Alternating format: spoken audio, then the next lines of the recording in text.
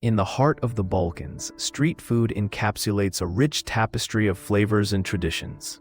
One can find the famous burek, a savory pastry filled with meat or cheese, sizzling on street corner griddles. Roasted chestnuts fill the air with a warm aroma during winter, while cevapi, delightful minced meat sausages, are served in fresh flatbread. For the sweet tooth, tufahia, a traditional Bosnian dessert made from poached apples stuffed with walnuts and sugar, is a delightful treat.